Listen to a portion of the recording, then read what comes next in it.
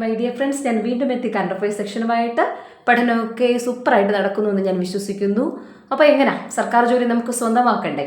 അപ്പോൾ രാവിലെ കുറച്ച് സമയം കറണ്ട് അഫയേഴ്സിന് വേണ്ടി ചിലവഴിക്കൂ. അടുത്ത പരീക്ഷകളിലെ കറണ്ട് അഫയേഴ്സ് 100% നമുക്ക് ഉറപ്പിക്കാം.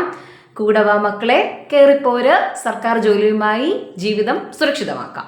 ഓക്കെ, ICC വനിതാ ഏകദിന ക്രിക്കറ്റിന്റെ പുതുക്കിയ സമ്മാനത്തുക എത്രയാണെന്ന് ചോദിച്ചാൽ 39.55 കോടിയാണ്. ICC വനിതാ ഏകദിന ക്രിക്കറ്റിന്റെ പുതുക്കിയ സമ്മാനത്തുക എത്രയാ?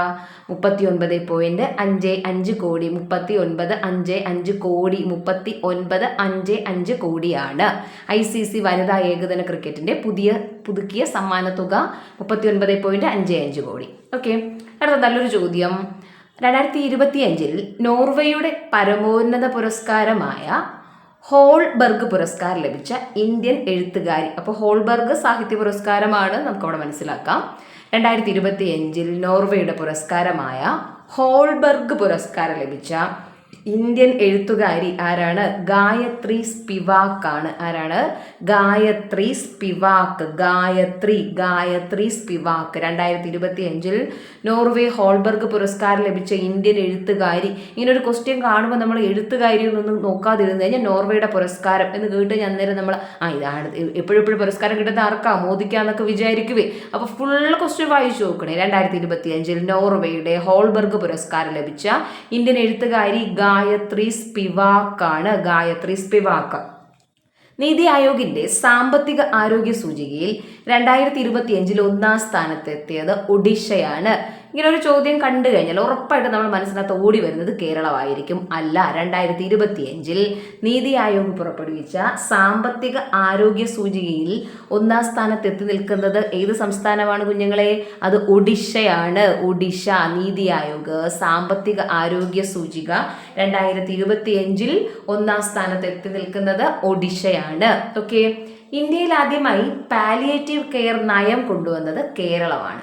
ഇന്ത്യയിൽ ആദ്യമായി പാലിയേറ്റീവ് കെയർ നയം കൊണ്ടുവന്നത് എവിടെയാണ്? ഏത് സംസ്ഥാനത്താണ്? കേരളത്തിലാണ്. ഇന്ത്യയിൽ ആദ്യമായി പാലിയേറ്റീവ് കെയർ നയം കൊണ്ടുവരുന്നത് കേരളമാണ്. ഇപ്പോൾ അടുത്തിടെ എന്താണ് സംസ്ഥാന വയോജന കമ്മീഷനൊക്കെ രൂപീകരിച്ചു. ഇന്ത്യയിൽ ആദ്യമായി വയോജന കമ്മീഷൻ കൊണ്ടുവന്നത് ഇവിടെ തന്നെയാണ്. അത് കേരളം തന്നെയാണ്. ലോകബാങ്കിന്റെ സാമ്പത്തിക ഉപദേശക സമിതിയിൽ അംഗമായി 2024 തെരഞ്ഞെടുക്കപ്പെട്ട ഇന്ത്യക്കാരനാണ് രാകേഷ് മോഹൻ. ആരാണ്? രാകേഷ് മോഹൻ. ലോകബാങ്ക് സാമ്പത്തിക ഉപദേശക സമിതി അംഗമായ ഇന്ത്യക്കാരനാണ് രാകേഷ് മോഹൻ. ചോദ്യം ഒന്നുകൂടെ പറയട്ടെ. ലോകബാങ്കിന്റെ വേൾഡ് ബാങ്കിന്റെ സാമ്പത്തിക ഉപദേശക സമിതി അംഗമായി തെരഞ്ഞെടുക്കപ്പെട്ടത് രാകേഷ് മോഹനാണ്. Yes, okay. 2025 ഇറാനി കപ്പ് ജേതാക്കൾ. ഇപ്പോൾ ഇറാനി കപ്പ് എന്തുമായി ബന്ധപ്പെട്ടത്? ക്രിക്കറ്റുമായി ബന്ധപ്പെട്ടതാ. റിപ്പീറ്റഡ് ക്വസ്റ്റ്യൻ അല്ലേ അത്? ഇറാനി കപ്പ് ഏത് കായിക ഇനവുമായി ബന്ധപ്പെട്ടതാ? ഏതാ? ക്രിക്കറ്റാണ്. ഇറാനി ക്രിക്കറ്റൊക്കെ നമ്മൾ ഓടി ഇറങ്ങി എന്നൊക്കെ ഇല്ലേ കളിക്കുന്നത്? ക്രീസിൽ നിന്ന് പുറത്തോട്ടൊക്കെ വന്നിട്ട് കളിക്കത്തില്ല, ഇറങ്ങി കളിക്കും അല്ലേ? ഇറങ്ങി കളിക്കും. ഓക്കെ, ഇപ്പോൾ 2025 ഇറാനി കപ്പ് ജേതാക്കൾ വിദർഭയാണ്. 2025 ഇറാനി കപ്പ് ജേതാക്കൾ ആരെന്ന് ചോദിച്ചാൽ വിദർഭയാണ്. വിദർഭ. ഓക്കെ, ഇന്ത്യയിൽ ആദ്യമായിട്ട് ഈ മുള കൊണ്ടുള്ള ഒരു ദേശീയ ഭിത്തി വന്നത് എവിടാ? വിദർഭയിലാണ്. മുള കൊണ്ടുള്ള ദേശീയ ഭിത്തി എവിടാന്ന് ചോദിച്ചാൽ വിദർഭയിലായിരുന്നു. യെസ്, ഇന്ത്യയിൽ ആദ്യത്തെ ISO സർട്ടിഫൈഡ് പോലീസ് സ്റ്റേഷൻ, ഇന്ത്യയിലെ തന്നെ ആദ്യത്തെ ISO സർട്ടിഫൈഡ് പോലീസ് സ്റ്റേഷൻ ഏതാണെന്ന് ചോദിച്ചാൽ അർത്തുങ്കലാണ്. ആലപ്പുഴ ജില്ലയിലെ അർത്തുങ്കൽ. ഇന്ത്യയിലെ ആദ്യത്തെ ISO certified police station Alappuzha ജില്ലയിലെ അർത്തുങ്കലാണ്. ഇന്ത്യയിലെ ആദ്യത്തെ ISO സർട്ടിഫൈഡ് പോലീസ് സ്റ്റേഷൻ ഏതാ? അർത്തുങ്കൽ. ആലപ്പുഴ ജില്ലയിലെ അർത്തുങ്കലാണ്. എന്നാൽ ആദ്യത്തെ ISO സർട്ടിഫൈഡ് താലൂക്ക് ചോദിച്ചാൽ അത് ഏറനാടാണ്. മലപ്പുറം ജില്ലയിലെ ഏറനാടാണ്. ISO സർട്ടിഫൈഡ് താലൂക്ക് എവിടെയാണ്? ഏറനാട്. മലപ്പുറം ജില്ലയിലെ ഏറനാടാണ്. എന്നൊരു കാര്യം ചോദിച്ചോട്ടെ. ISO സർട്ടിഫൈഡ് കളക്ട്രേറ്റ് ഏതാണ്? അത് കോട്ടയമാണ്. ISO സർട്ടിഫൈഡ് കളക്ട്രേറ്റ് ചോദിച്ചാൽ കോട്ടയം. ISO സർട്ടിഫൈഡ് കളക്ട്രേറ്റ് ഏതാ? കോട്ടയമാണ്. കൂടെ പഠിച്ചു പോ മക്കളെ. ഓക്കെ, എഴുതി പഠിച്ചു പോ.